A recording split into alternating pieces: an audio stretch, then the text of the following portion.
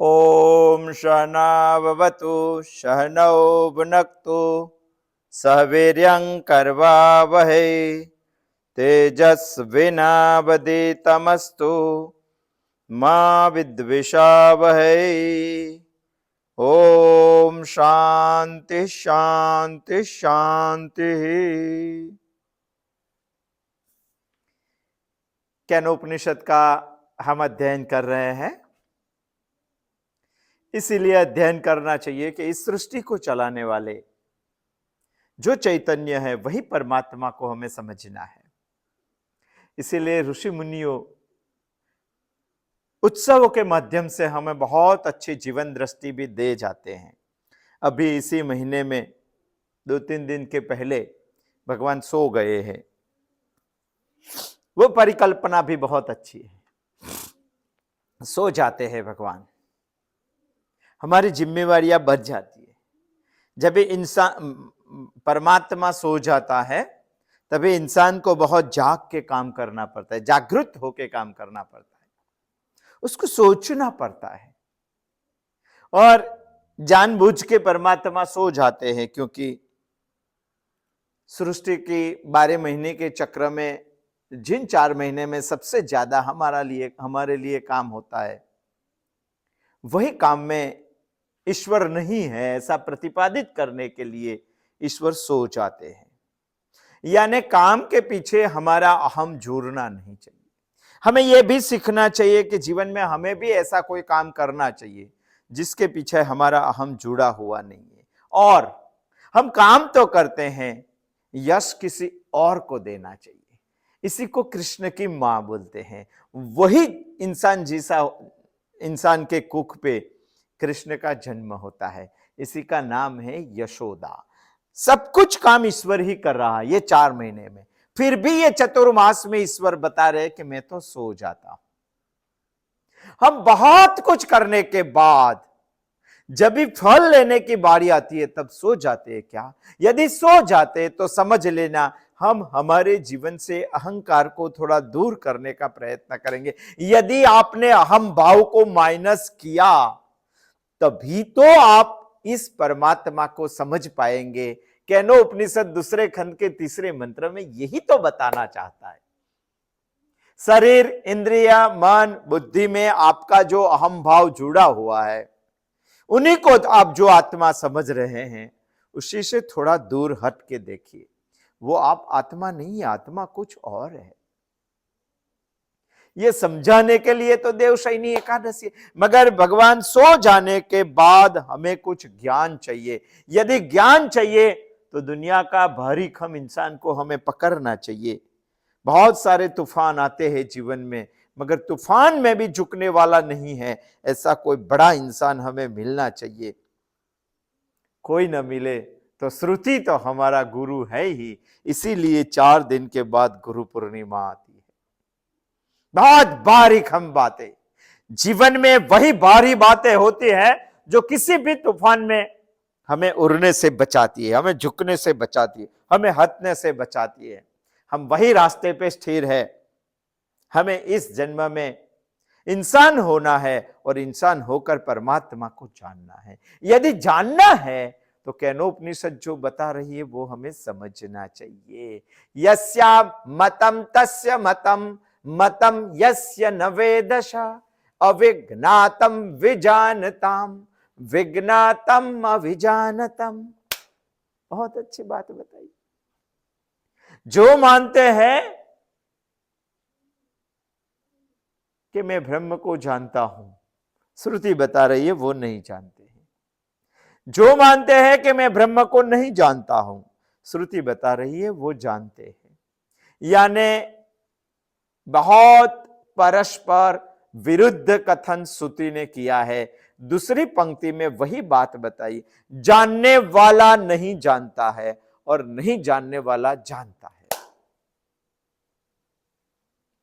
ये बात बताने से श्रुति ने ये बात बताई कि नहीं जानने वाला जानता है, यानी जिसको कुछ ज्ञान ही नहीं है वो जानता है ऐसा बताया, ऐसा हमें लगता है। उसी दृष्टि से एक पूर्व पक्ष गत बुधवार को खड़ा हुआ था कि इस दुनिया में जो अज्ञानी है, जिन्होंने शास्त्र का अध्ययन नहीं किया है, वो भी ब्रह्म को नहीं जानता है।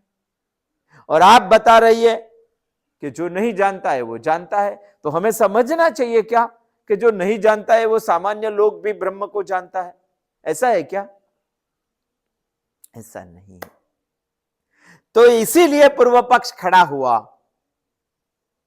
कि जो जानता है और नहीं जानता है, अज्ञानी और ज्ञानी दोनों में श्रुति को फर्क नहीं लगता है, इसीलिए ये बता दिया अविज्ञातम विजानताम, विज्ञातम अविजानताम। इसीलिए दोनों विरुद्धाभास बातें साथ साथ में बताई, ऐसा पूर्व पक्ष बताता है।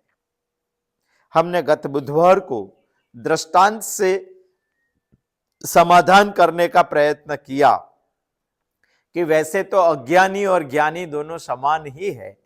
किस दृष्टि से? तात्विक दृष्टि से, क्योंकि ब्रह्म तो सब में है, ये पत्थर में भी ब्रह्म है। तात्विक दृष्टि से इस सृष्टि में सब समान है, किंतु ज्ञानी की कोई विशेषता अलग है। ज्ञानी, जो केनोपनिषद बताना चाहती है उनकी बात कर रहे हैं। ज्ञानी की विशेषता यह है कि उसके पास कोई विशेषता नहीं है। ध्यान से समझने का। केनोपनिषद जिन ज्ञानी की बात कर रहे हैं उनकी बात यह है कि यह ज्ञानी की विशेषता यह है कि उनके पास कोई विशेषता नहीं है। विशेषता माने उपाधि।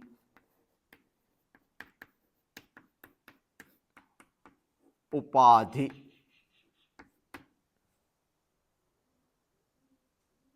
और ब्रह्म के पास कोई उपाधि नहीं है। जो आत्मा को आप बात बता रहे वो आत्मा तो निरुपाधिक है, परमात्मा तो निरुपाधिक है, उनके पास कोई उपाधि नहीं है। और विशेषता वाला इंसान, यदि शास्त्रों भी पढ़ लिया है उन्होंने, फिर भी उनके पास विशेषता है, यानी उपाधि है। और उपाधि के सहित निरुपाधिक परमात्मा का ज्ञान कभी नहीं हो सकेगा। उसे ही जो उपाधि के साथ ज्ञान होता है उसे ही शास्त्रों अविद्या बता रहे हैं। अविद्या का जब तक नाश नहीं होता है तब तक ब्रह्म विद्या, आत्मविद्या प्राप्त नहीं होती है। जब तक अविद्या है तब तक ब्रह्म विद्या रहेगी ही नहीं। यदि उपाधि सहित का इंसान ऐसा बोलेगा कि मैं ब्रह्म को जानता हूं, तभी श्रुति ने बताना पड़ेगा वो नहीं जानता है, क्योंकि उनके पास उपाधि है और ब्रह्म के पास उपाधि नहीं है, वो निरुपाधिक है। उपाधि यानी अविद्या और ब्रह्म विद्या, ये दोनों को अंधकार और प्रकाश जैसा संबंध है। हमने गत बुधवार को समझने का प्रयत्न किया था। अंधकार और प्रकाश जैसा संबंध है, दोनों साथ में कभी भी रहते नहीं है। अंधकार आया तो प्रकाश चला जाएगा, प्रकाश आया तो अंधकार चला जाएगा। आप कैसे मानेंगे? ये तो ऐसी बात हुई कि मैं अंधकार में हूं फिर भी मेरे पास प्रकाश है, ये हो ही नहीं सकता है। इसीलिए केनोपनिषद ने तीसरे मंत्र में ऐसा बता दिया कि जो इस दुनिया में ऐसा मानता है कि मैं ब्रह्म को जानता हूं, श्रुति बता रही वो नहीं जानता। अभी श्रुति बता रही, यहां कोई आचार्य नहीं है, कोई शिष्य नहीं, श्रुति खुद ये संवाद का निष्कर्ष अभी बता रही है।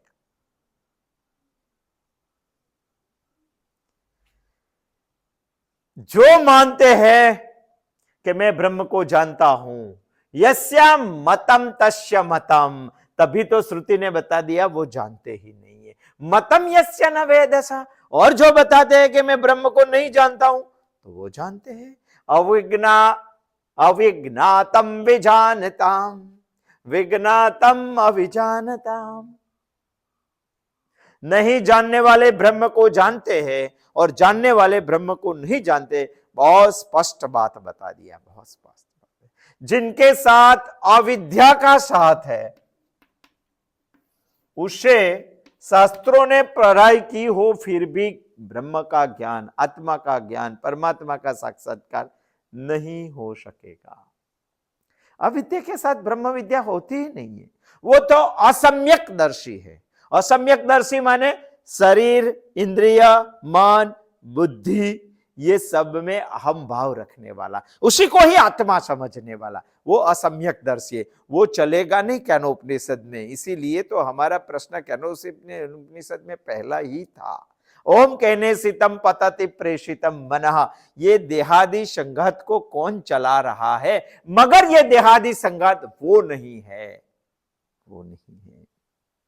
यत वाचा अनभ्युदितम येन वाक् अभ्युद्यते, यत मनसा न मनुते येन मनोर्मतम, येनार्हो मनोमतम, यत चक्षुषा न पश्यति येन चक्षुषी पश्यति, यत श्रोत्रेण न शृणोति येन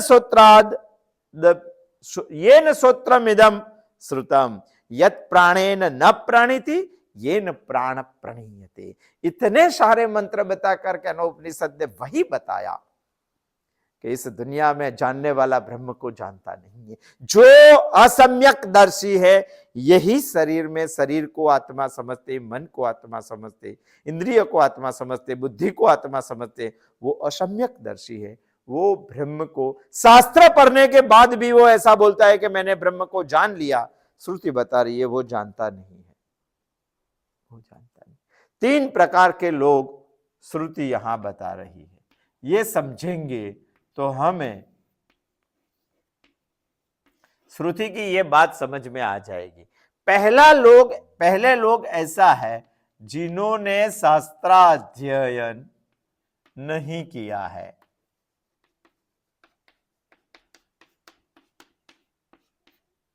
दूसरा ऐसा है कि जिन्होंने शास्त्राध्ययन सब कुछ कर लिया है। और तीसरा ऐसा है कि तीसरे ने भी शास्त्राध्ययन किया है, मगर ये शास्त्राध्ययन करने के बाद भी असम्यक दर्शी रहा है। ये शास्त्र अध्ययन करने के बाद सम्यक दर्शी रहा है। श्रुति यहां पहले प्रकार के लोगों की बात नहीं करती है, जिन्होंने बिल्कुल ही शास्त्र अध्ययन नहीं किया है। उनको मालूम ही नहीं है सम्यक दर्शी क्या है, असम्यक दर्शी क्या है, उपाधि क्या है, शास्त्र अध्ययन क्या है, वो बिल्कुल मालूम नहीं, कुछ जानते भी नहीं है। विवेक क्या है, अविवेक क्या है, उसके लिए श्रुति ने नहीं बताया। मगर हम ऐसा समझते लेते हैं कि वो भी ऐसा बताते हैं कि मैं ब्रह्म को नहीं जानता, क्योंकि उसको कुछ मालूम ही नहीं। यदि नहीं जानता है तो हमें ऐसा समझना क्या, श्रुति का ये वाक्य समझने के बाद के यस्या मतम तस्य मतम मतम यस्य न वेद सह, ये बात तो ऐसी बताती है कि जो जानता नहीं है वो जानता है। मगर जिन्होंने बिल्कुल ही शास्त्र अध्ययन नहीं किया है वो नहीं जानता है, तो ऐसा नहीं मानेंगे हम कि जानते हैं।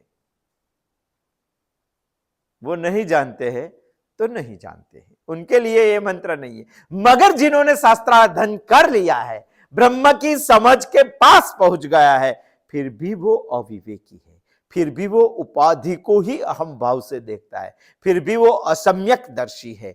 यानी के शरीर, इंद्रिय, मन, बुद्धि सब में ही परमात्मा का दर्शन कर, उसी को ही परमात्मा समझता है, उसी को ही ब्रह्म समझता है, उसी को ही आत्मा समझता है। वो असम्यक दर्शी है, यानी उपाधि में अहम भाव है।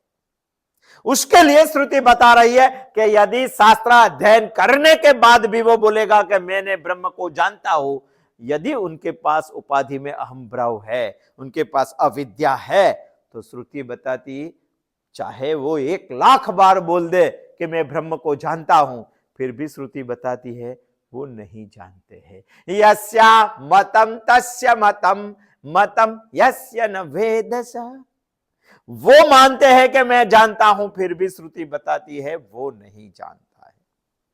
और तीसरा एक वर्ग ऐसा है जिन्होंने शास्त्र अध्ययन कर लिया है, उनको मालूम है उपाधि क्या है और निरुपाधि क्या है, उनको मालूम है अविद्या क्या है और विद्या क्या है। यदि उनके पास कोई उपाधि ही नहीं है तो बोल ही नहीं सकता है कि मुझे सब कुछ मालूम है। सब कुछ मालूम है यानी उपाधि में अहम भाव है, उपाधि में अहम भाव है तो बोल ही नहीं सकते। इसीलिए श्रुति बता रही है कि तीसरा एक लोग ऐसा है जो ब्रह्म को पूर्ण तरह से जानते हैं, ऐसा बताते हैं, वो नहीं जानते। मगर तीसरा एक वर्ग ऐसा है, वो बताते हैं ब्रह्म को नहीं जानते हैं, मगर वो जानते हैं, क्योंकि बता ही नहीं सकते हैं कि मैं ब्रह्म को जानता हूं। शरीर, इंद्रिय, मन, बुद्धि में अहम भाव दूर होना चाहिए। यदि दूर हुआ तभी आपको अविद्या से दूर चले जाएंगे, तभी आपको आत्मज्ञान होगा। यदि आप दूर नहीं हुए और फिर भी ऐसा भ्रांत बोलते हैं कि मैं ब्रह्म को जानता हूं, श्रुति बता रही है ये आपकी भ्रांति है। असम्यक दर्शी को ही भ्रांति होती है। वो तो ऐसा समझ रहा है कि शरीर, इंद्रिय, मन, बुद्धि के जो लक्षण है वो मेरे खुद के लक्षण है। शरीर, इंद्रिय, मन, बुद्धि के जो धर्म है वो मेरे खुद के धर्म है। शरीर, इंद्रिय, मन, बुद्धि की जो विशेषताएं हैं वो मेरी खुद की विशेषता है। यदि आपने ऐसा माना तो आप सोपाधिक बन जाएंगे। यदि आप सोपाधिक बन जाएंगे तो आप ऐसा बोलेंगे कि मुझे आत्मा समझ में आ गया, तभी भी श्रुति ऐसा बताएगी आपको नहीं जाना है अपने आत्मा को। क्योंकि वैसे तो वो भी आत्मा को थोड़ा बहुत समझते हैं, मगर इस शरीर में जो चैतन्य है वही चैतन्य को वो आत्मा समझ रहा है। उपाधि से चैतन्य को आत्मा समझ रहा है, सोपाधिक चैतन्य को समझ रहा है। और हमें जो समझना चैतन्य है, श्रुति जो बताना चाहती है, वो निरुपाधिक है। वो उपाधि में भी चैतन्य देखने का प्रयत्न करता है, मगर फर्क नहीं मालूम है उसको। उपाधि और चैतन्य दोनों का तफावत नहीं मालूम है। उपाधि और चैतन्य दोनों में फर्क, भिन्नता पा सके इतनी विवेक बुद्धि उसमें नहीं है। जैसे कि हमें एक गहना मिल गया सोने का, हम गहने को देखते हैं, उसमें रहा सुवर्ण को नहीं समझते। हमें सुवर्ण गहने के बगैर भी दिखाई देना चाहिए, तभी उपाधि के बगैर ब्रह्म का ज्ञान होगा। नहीं तो तब तक उपनिषद ऐसा ही बोलेगा कि आप उपाधि के साथ चैतन्य को मान रहे हैं। वैसे उपाधि विदित है, मगर चैतन्य विदित भी नहीं है और अविदित भी नहीं है। मगर आप उपाधि को मानते हैं, उपाधि विदित है, चैतन्य को भी विदित मानेंगे। वैसे तो पूरा जगत में आया हुआ सब कुछ ब्रह्म है, सब कुछ ब्रह्म, मगर वो सारा ब्रह्म सोपाधिक है। जो पूरे विश्व में ब्रह्म को देखते हैं, पूरी सृष्टि में आत्मा को देखते हैं, वो सभी आत्मा परमात्मा सोपाधिक है। और हमें उपाधि और चैतन्य का फर्क मालूम होना चाहिए, तभी श्रुति बताती है कि आप ऐसा नहीं बोल सकते जब भी आपको यह ज्ञान हो गया तब कि मैं ब्रह्म को जानता हूं, क्योंकि आपके पास कोई उपाधि ही नहीं है।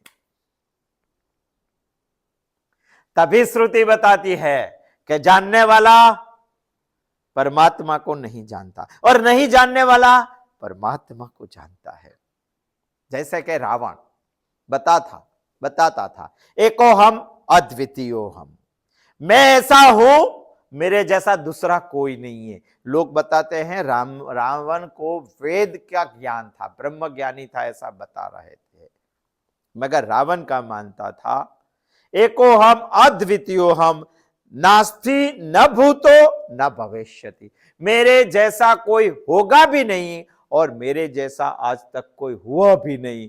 ऐसा मानने वाला रावण खुद के शरीर को परमात्मा समझ रहे थे, खुद के शरीर को ही भगवान समझ रहे थे, खुद को ही प्रभु समझ रहे थे, खुद को ही ब्रह्म समझ रहे थे। उसको उपाधि और चैतन्य दोनों में फर्क मालूम नहीं था। इसीलिए कह सकते हैं कैनोपनिषद के अध्ययन के बाद रावण भी भ्रांति में ही था। इसी भ्रांति को प्रकट करने के लिए श्रुति ने बताया यस्या मतम तस्य मतम, मतम यस्य न वेदस, अविज्ञातम विजानताम, विज्ञातम अविजानतम। इसीलिए श्रुति ने बता दिया। कईयों को इस दुनिया में कई लोग ऐसा मानते हैं, मेरा मन ही परमात्मा है। ऐसा मानने वाले लोग उपाधि से परमात्मा को समझ रहे और मनोकल्पना को चैतन्य समझ रहे, मनोकल्पना को ब्रह्म समझ रहे। कई लोग ऐसा मानते हैं कि मेरी बुद्धि ही आत्मा है, वो बुद्धि की वृत्ति को ही परमात्मा समझ रहे, वो भी सोपाधिक है। उन सभी लोग भ्रांति में है, वो सभी लोग असम्यकदर्शी है। और सभी लोगों के लिए केनोपनिषद ने बता दिया कि वो लोग ऐसा बोलेंगे कि मैं ब्रह्म को जान लिया, तो समझ लेना उन्होंने ब्रह्म को नहीं जाना है। बहुत चैलेंजेबल, सोचने जैसा, तत्कालीन काल में विरुद्ध प्रवाह में दे सके ऐसा चैलेंजेबल कथन केनोपनिषद बता रहे हैं। यदि आपने शास्त्रों का पूर्ण अभ्यास कर लिया मगर उपाधि सहित आप रह गए, आप असम्यक दर्शी रह गए, तो मैं जानता हूं ऐसा बोलेंगे, फिर भी उपनिषद कहती है उनको ब्रह्म मालूम नहीं है। यदि आपने शास्त्रों का अध्ययन कर लिया, उपाधि और चैतन्य का फर्क आपको मालूम पड़ गया, आप सम्यक दर्शी बन गए, आप विवेकी बन गए, तभी आप बता ही नहीं सकते कि मैं ब्रह्म को जानता हूं। आप ऐसा ही बताएंगे कि मैं ब्रह्म को नहीं जानता हूं। तभी श्रुति बताती है कि आप ब्रह्म को जानते हैं। अविज्ञातम विजानताम, विज्ञातम अविजानताम। जानने वाले नहीं जानते, नहीं जानने वाले जानते हैं। ऐसे दो विरुद्ध वाक्य साथ साथ में विरुद्ध कथन उपनिषद ने बता दिया। हमें सोचना पड़ेगा कि ऐसा उपनिषद ने क्यों बताया। साथ में, एकदम साथ में, एकदम विरुद्ध कथन बता दिया। ऐसा बताएगा तो चलेगा कि चलने वाला ब्रह्म को समझ पाएगा, खड़ा रहने वाला ब्रह्म को नहीं समझेगा। यह बात बराबर है, इतना विरुद्ध नहीं है। वो चलने वाला समझेगा, खड़ा रहने वाला नहीं समझेगा, वो बराबर है। मगर उपनिषद ने तो यहां बता दिया जानने वाला नहीं जानता है, नहीं जानने वाला जानता है। ऐसी बात क्यों बताई? बिल्कुल विरुद्ध कथन। मगर ऐसा विरुद्ध कथन क्यों? श्रुति हमें बताना चाहती है कि जिन्होंने शास्त्र का संपूर्ण अध्ययन कर लिया है वो लोग संसार के बहुत सारे लोगों को गुमराह कर सकते हैं। गुरु पूर्णिमा आ रही है, किसको गुरु मानना हमें समझना चाहिए। केनोपनिषद एक बार पढ़ लेना चाहिए। थोड़ा बहुत 2-4 पुस्तकें पढ़ ली और गुरु बन जाते, कई सारे लोगों का जीवन बर्बाद कर देते हैं। समझना चाहिए इंसान का उद्धार कैसे हो सकता है। यदि नहीं समझे, हमारा उद्धार नहीं होता है गुरु किए बना बगैर। मगर केनोपनिषद को गुरु बनाना चाहिए। उपनिषद बता रहे हैं संपूर्ण शास्त्रों का जिन्होंने अध्ययन किया है, संपूर्ण शास्त्रों का, फिर भी वो उपाधि से ब्रह्म को मानते हैं, फिर भी वो असम्यक दर्शी है, फिर भी वो अविवेकी है। तो श्रुति बता रहे शास्त्रों पढ़ पढ़ पढ़ पढ़ के पंडित हो गया, शास्त्री हो गया, बहुत कुछ हो गया, फिर भी वो ऐसा बोलेगा कि मुझे ब्रह्म जान गया हूं, तो समझ लेना उन्होंने ब्रह्म जाना नहीं है, उनको ब्रह्म समझ में आया नहीं है। उसे कौन बताएगा ऐसा शास्त्री को कि आपने ब्रह्म को समझा नहीं? कौन बताएगा? यदि बता देंगे तो वो तर्क करेंगे और तर्क से आपको हरा देंगे, क्योंकि शास्त्रों का अध्ययन किया। और नहीं बताएंगे तो सच्चे ज्ञानी को अन्याय होगा। बने बैठे ज्ञानी दुनिया में टहल जाएंगे और सही माने में जो ज्ञानी है, सही माने में जिन्होंने ने ब्रह्म को जाना है, वो बाहर ही नहीं आएंगे। तो करना क्या है? बताएंगे तो तर्क से हरा देंगे, नहीं बताएंगे तो मुख में राम बगल में छुरी जैसा होगा। भगत दुनिया में अच्छे भगत बन के चल पाएंगे। इसीलिए श्रुति ने बताया कि ज्ञानी और अज्ञानी, पंडित और मूर्ख, विद्वान और अविद्वान, दोनों का फर्क कैसे बताने का। इसीलिए श्रुति ने ज्ञानी की दूसरी व्याख्या बदल दी है। क्या बताई? वही ज्ञानी है, नहीं जानता है ऐसा बोलता है, फिर भी वो जानता है। तो जो असम्यक दर्शी था, जो उपाधि को मानता, तो ऐसा बोलता है ऐसा है तो मैं भी नहीं जानता हूं। आगे सही। तो मान लेना कि वो जान गया क्या? नहीं जानता हूं ऐसा बताया माने उनके पास शाश्वत सुख होना चाहिए, संपूर्ण दुख मुक्ति होनी चाहिए। वैसे उपाधि को मानने वाला कभी दुख मुक्ति से नहीं होगा। यदि आपको शाश्वत सुख पाना है तो सही माने में ज्ञानी बनिए, शास्त्रों का पूर्ण अध्ययन कीजिए, शास्त्रों का अध्ययन करने बाद निरुपाधिक बनिए, शास्त्रों का अध्ययन करने के बाद विवेकी बनिए, शास्त्रों का अध्ययन करने के बाद सम्यक दर्शी बनिए। यदि आपने ऐसा किया और अविद्या का नाश कीजिए, यदि आपने ऐसा किया तो आप बोल ही नहीं पाएंगे कि मैं ब्रह्म को जानता हूं, और दुनिया समझ जाएगी ज्ञानोपनिषद की तरह से। आप नहीं बोलेंगे, आप ऐसा ही बोलेंगे मैं ब्रह्म को नहीं जानता हूं, तब दुनिया समझ जाएगी कि आप ब्रह्म को जानते हैं। बहुत गहरी, बहुत सोचने जैसी, हमारी आंखें खोल देने वाली इस बात श्रुति ने इस गुरु पूर्णिमा के पहले बताई है। हमें पहचानना चाहिए दुनिया में कौन ज्ञानी है और बने जाने वाले, कहे जाने वाले सही माने में भगवान की दृष्टि से वो ज्ञानी नहीं है, वो कौन है। दोनों का फर्क श्रुति यहां बताती है। यस्या मतम तस्य मतम, मतम यस्य न वेदसा, अविज्ञातम विजानताम, विज्ञातम अविजानताम। बहुत विरोधाभास कथन बताने के बाद भी बहुत गहरी सोचने जैसी बात बताई। जानने वाला नहीं जानता है, नहीं जानने वाला जानता है। शास्त्रों का अध्ययन करने के बाद यदि किसी ने हमें ऐसा बता दिया कि मैं ब्रह्म को जानता हूं, आप समझ लेना वो कुछ भी नहीं जानता। और शास्त्र के अध्ययन के बाद वो बोल ही नहीं सकता है कि मैं ब्रह्म को जानता हूं। वो ऐसा ही बोलता है, नेति नेति नेति नेति नेति नेति। समझ लेना उनको ब्रह्म के बारे में मालूम है, क्योंकि श्रोत्रस्य श्रोत्रम मनसो मनोयत, वाचो अवाचम सौ प्राणस्य प्राण। ये तो श्रोत्र का सूत्र है। यत वाचा अनभ्युदितम येन वाक् अभ्युद्यते। वो वाणी नहीं है मगर वाणी उससे है, वो मन नहीं है मगर मन उससे है, वो प्राण नहीं है मगर प्राण उससे है, वो श्रोत्र नहीं है मगर श्रोत्र उससे है, श्रवण उससे होता है। ऐसे समझना चाहिए हमें। बहुत अच्छी तरह से ज्ञानोपनिषद हमें समझा रहा है। दूसरे खंड के तीसरे मंत्र तक आए। अब तक संवाद चल रहा था, अभी श्रुति खुद बता रही है।